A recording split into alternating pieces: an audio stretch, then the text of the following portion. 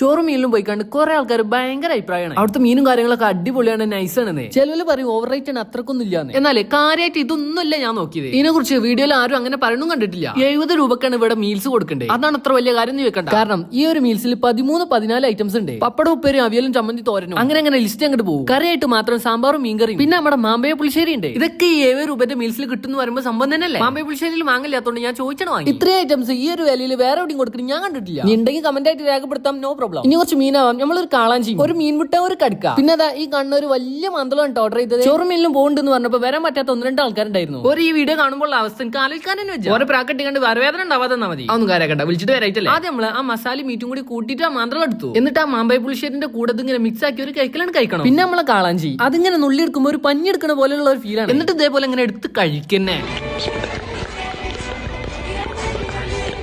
ഒന്ന് ചൊല്ലി പറഞ്ഞില്ലെങ്കിൽ നിങ്ങളെ കൊത്തി തട്ടുന്നുള്ള ചെറിയൊരു പേടി എനിക്കുണ്ട്. ആക്രാന്തം കൂടിയതുകൊണ്ടാന്ന് അറിയില്ല, അതിന്റെ ഇടയിൽ ഒരു മുള്ളൻ കുത്തി കയറി. കുറച്ച് കഴിഞ്ഞാല് മുളയരി പായസം കൊണ്ടു തരും. നല്ല തേങ്ങ കൊത്ത് നെയ്യൊക്കെ വെച്ചിട്ടുള്ള ഒരു കിടിലൻ പായസം. മുളയരി ആണോ എന്നുള്ള കാര്യത്തിലും ഡൗട്ട് ഉണ്ട് കേട്ടാ. പിന്നെ കുറച്ച് കഴിഞ്ഞപ്പോൾ അടപ്രഥമനും വന്നേ. ഇതിന് എക്സ്ട്രാ ചാർജ് വരുന്നുണ്ട്. എന്തായാലും ചോറും മീനിലും പോയി കഴിച്ചവരാണെന്നുണ്ടെങ്കിൽ ജെന്യൂൻ ആയിട്ടുള്ള റിവ്യൂ നിങ്ങൾ കമന്റ് ആയിട്ട് ഇടണമെന്ന് അഭ്യർത്ഥിക്കുന്നു. അത് പോസിറ്റീവ് ആയാലും നെഗറ്റീവ് ആയാലും. എന്നോട് കുറ്റിപ്പുറം ചോറും മീൻ എങ്ങനെ ഉണ്ടെന്ന് ചോദിച്ചാൽ ഞാൻ പറയാം അടിപൊളിയാണെന്ന്.